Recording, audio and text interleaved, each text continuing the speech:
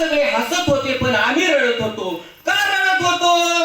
जे माझे समर्थ दादा माझ्या आईच्या गर्भवासामध्ये सोडवायला आले होते ते कुठे आहेत? आणि अजून आम्ही रडतच आहे. आम्हाला ते भेटले गुरुदेव अण्णांच्या रूपाने. मग गुरुदेव अण्णांचं जर आम्ही गुरुभजन केलं तर आमची सुटका आहे. हे गुरुभजन केलं कुणी? सखाराम शिंदेनी. सखाराम शिंदे वय 75 पण चालत पायवारी करतात. आमचं वय 50, 40, 30 पण कोण शेलरो वारी करतय, कोण जीप वारी करतय, कोण पिकअप वारी करतय. आणि आमचे सखाराम शिंदे वय 75 ते गुरुदेव दादांचं भजन करतात, गुरु भजन करतात म्हणून ते पायवारी करतात. आणि ते गुरु भजन करतात.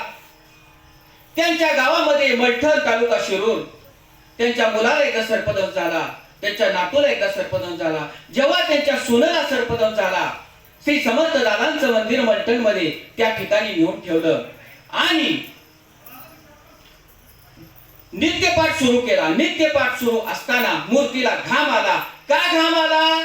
ज्याप्रमाणे भगवान शंकरांनी 14 रत्नापैकी 20 प्राशन केलं तेच या शंकरांनी माझ्या सद्गुरूंनी ते 20 प्राशन केलं आणि त्यांची सून ताटकन उठून उभी राहिली आणि गुरु भजन चालू केलं. हे अभंगाचं दुसरं चरण. गुरु चरणी श्रद्धा